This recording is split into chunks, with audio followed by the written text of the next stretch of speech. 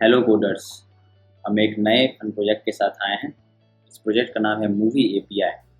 यह काफ़ी simple API request programme होने वाला है। तो हमारे पास एक जेसन फाइल पहले से मौजूद है। उसके अंदर बहुत सारे मूवीज़ के नेम, आईडी और समरी स्टोर्ड हैं। तो हमारा प्रोग्राम जेसन फाइल के ऊपर एक रैपर की तरह काम करेगा। जेसन फाइल डाटाबेस हुआ और उसके ऊपर एक पाइथन प्रोग्राम का रैपर होगा जो एपीआई की तरह काम करेगा। हम उस एपीआई के ऊपर मूवीज़ के नेम रिक्वेस्ट में भेजेंगे और वह मूवी का नाम डाटाबेस में सर्च होगा और फिर समरी रिटर्न हो जाएगा। तो बेसिकली यह एपीआई रिक्वेस्ट और करेगा और फिर रिसीव करेगा। तो जो भी एक्सटर्नल लाइब्रेरीज हम यूज़ करने वाले हैं इस प्रोग्राम के अंदर, उसे हम इंस्टॉल कर लेते हैं। पहले हम देख लेते हैं कि हम कौन कौन से लाइब्रेरी को यूज़ करने वाले हैं।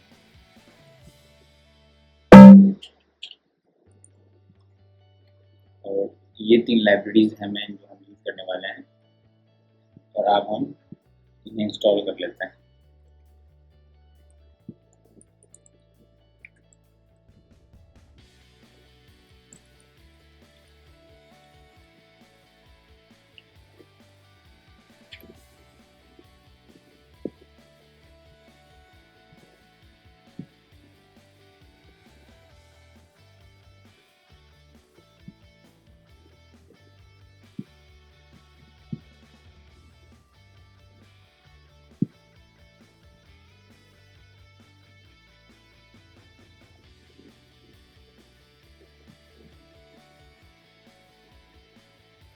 तो सारे इम्पोर्टेंट लाइब्रेरी इंस्टॉल हो चुके हैं हमारे सिस्टम के ऊपर, और अब हम आगे प्रोसीड करेंगे।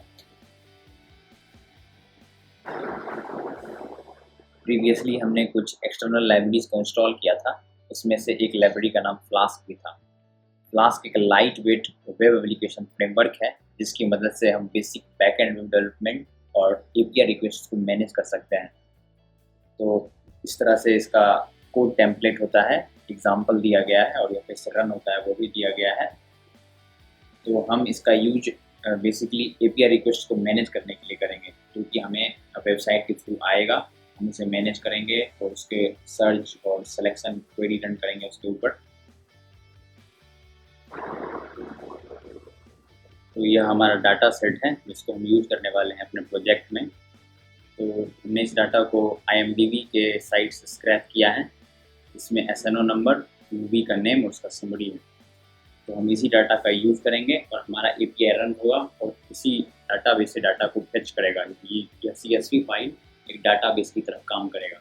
इसमें मूवीज़ के डिटेल्स सेव्ड हैं, हम उन्हें प्रोग्रामिंग के थ्रू फेच करेंगे और यूजर को सेंड करेंगे। तो बेसिकली यही हमारा प्रोजेक्ट है और हमारा डाटा सेट कुछ इस तरह दिखता है। यह एक कोमा सेपरेटेड फाइल है एंड सो ऑन।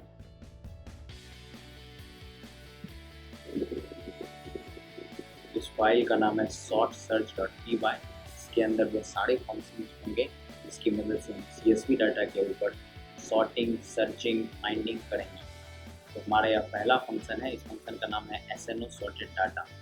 तो बेसिकली इस फंक्शन का काम है, यह एक लिस्ट को इनपुट में लेता है और एक न्यू एम्प्टी लिस्ट को क्रिएट करता है और वह पैरामीटर में पास किए गए लिस्ट को इन्यूमरेट करता है, उसके इंडेक्स नंबर को सही करता है और फिर वैसे रिटर्न कर देता है। बेसिकली इसका काम है इंडेक्सिंग को करेक्ट करना। तो यह हमारा सेकेंड फंक्शन है और इस फंक्शन का नाम है सॉर्ट CSV डाटा, जो कि पाथ ऑफ CSV फाइल को इनपुट के रूप में लेता है और टपल को रिटर्न करता है।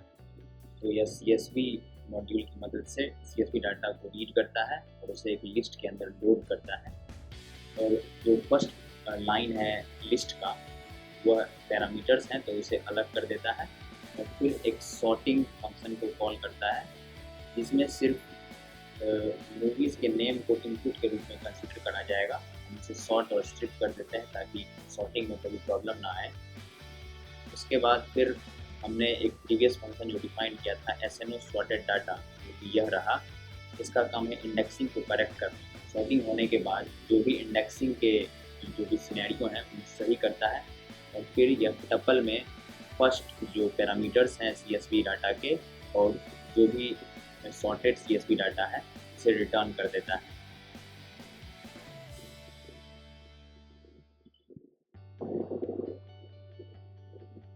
यह हमारा थर्ड फंक्शन है। इस फंक्शन का नाम है राइट CSV डाटा। जो भी डाटा हमें सॉर्टेड फंक्शन से मिलेगा उसे हम एक यूनिक CSV फाइल में लिख देंगे, ताकि जब भी हमें सॉर्टेड डाटा का यूज पड़े तो हम डायरेक्ट फाइल से एक्सेस कर सकते हैं डाटा को। इससे हमारा प्रोसेसिंग टाइम बचेगा। तो यह क्या करता है, एक पाथ को लेता है पैरामीटर के रूप में, उसे ओपन करता है राइट मोड में एज ए CSV फाइल, और फिर CSV डॉट राइटर की मदद से गिवन डाटा को उसके अंदर राइट करता है। और रो तो फर्स्ट रो राइट करता है जो कि पैरामीटर्स हैं, उसके बाद डाटा को राइट करता है और फिर यह नन को रिटर्न करता है।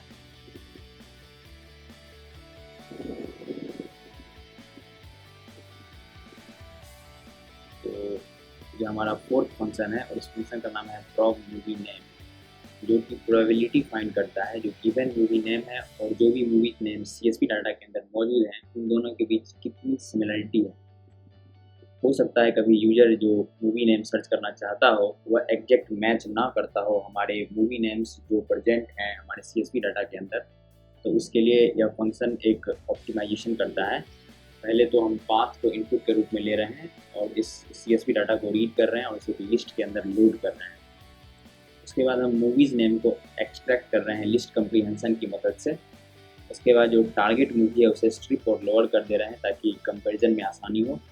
उसके बाद हम एक मैक्सिमम प्रोबेबिलिटी फाइंडिंग एल्गोरिथम लिख रहे हैं जो कि चेक करता है क्या बेस्ट स्कोर हो सकता है दो मूवी के सिमिलरिटी के बीच।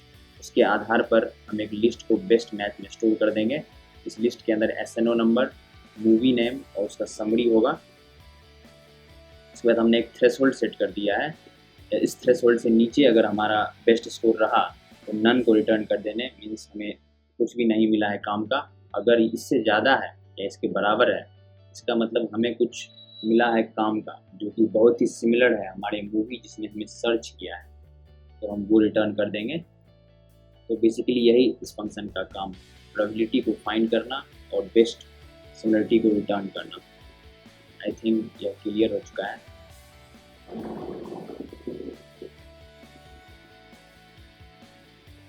यह फंक्शन प्रीवियस फंक्शन के बहुत ही सिमिलर है। इस फंक्शन का नाम है फाइंड मूवी प्रोबेबिलिटी, जो कि डायरेक्ट डाटा को इनपुट में लेता है। यह किसी भी CSV डाटा को ओपन नहीं करता है और मूवीज़ नेम को भी लिस्ट में ही डायरेक्ट इनपुट के रूप में ले लेता है। उसके बाद वह max probability searching algorithm use करता है और उसके बाद जो भी बेस्ट स्कोर आता है उसके अनुसार जो भी लिस्ट के अंदर डाटा है जो कि करेक्ट लग रहा है प्रोबेबिलिटी के अनुसार उसे रिटर्न कर देता है, और अगर वह थ्रेशोल्ड से नीचे है तो रिटर्न नहीं। बेसिकली यह सिमिलर है प्रीवियस से, जो कि ID को इनपुट में लेता है और पाथ ऑफ CSV डाटा को इनपुट के रूप में लेता है। CSV डाटा को ओपन करता है, लिस्ट के अंदर लोड करता है और फिर वह कोशिश करता है फाइंड करने का जो ID इनपुट में डाला गया है क्या उस ID के नाम का कोई भी डाटा एग्जिस्ट करता है हमारे CSV फाइल में। अगर करता है तो डाटा को रिटर्न कर देगा। तो यह सर्च करता है ऑन बेसिस ऑफ ID। यह फंक्शन है, इस फंक्शन का नाम है मेजर टाइम, जो कि एक साइड फंक्शन है। इसका बेसिकली काम है रन करना और सर्च करना डाटाबेस में और पता करना कहाँ ऑप्टिमाइजेशन कर सकते हैं, कितना टाइम कौन सा फंक्शन रन करने में लग रहा है। तो इसकी वजह से हम ये करने वाले हैं। और फिर हमने यहाँ नेम मेन को कॉल किया है और इसका रनिंग टाइम चेंज कर रहे हैं।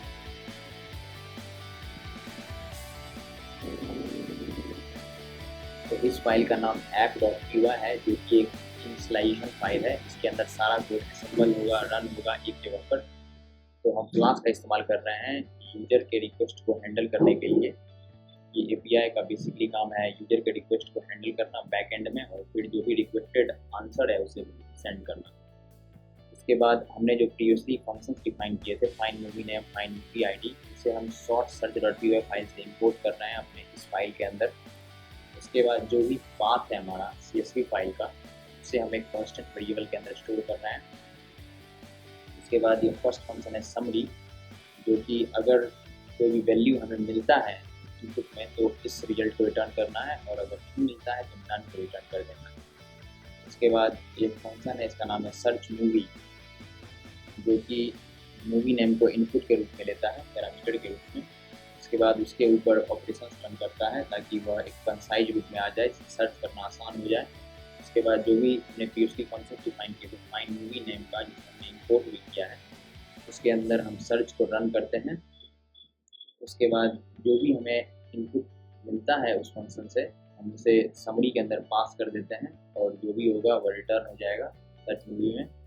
और फिर सर्च आईडी, अगर यूजर चाहे तो आईडी के नेम से भी सर्च कर सकता है समरी को। तो अगर यूजर आईडी को पास करता है इनपुट में, तो हम आईडी को हैंडल करेंगे। तो हम आईडी को हैंडल करने के लिए हमने जो प्रीवियसली फंक्शन डिफाइन किए थे, फाइंड मूवी आईडी, इसमें हम आईडी को पास करेंगे और फाइल नेम पास कर रहे हैं जो कि पाथ है, जो कि ग्लोबल वेरिएबल है। उसके बाद वैल्यू को पास कर रहे हैं समरी के अंदर, और समरी फंक्शन हमने प्रीवियसली शो कर दिया है। या अगर वैल्यू सही रहेगा तो वह डाटा को रिटर्न कर देगा, अगर नहीं तो वह नन को रिटर्न करेगा। फिर हम इसे रिटर्न कर रहे हैं और यहाँ पर इस फाइल का कॉल कर रहे हैं मेन फंक्शन। अब हम app.py फाइल को रन करने वाले हैं, तो देखेंगे यह कैसे API रिक्वेस्ट को हैंडल करता है। तो रन करने के लिए कमांड रन करेंगे app.py, और यह रनिंग हो गया है, ये लोकली रन हो रहा है। हम इसे विजिट करके देखते हैं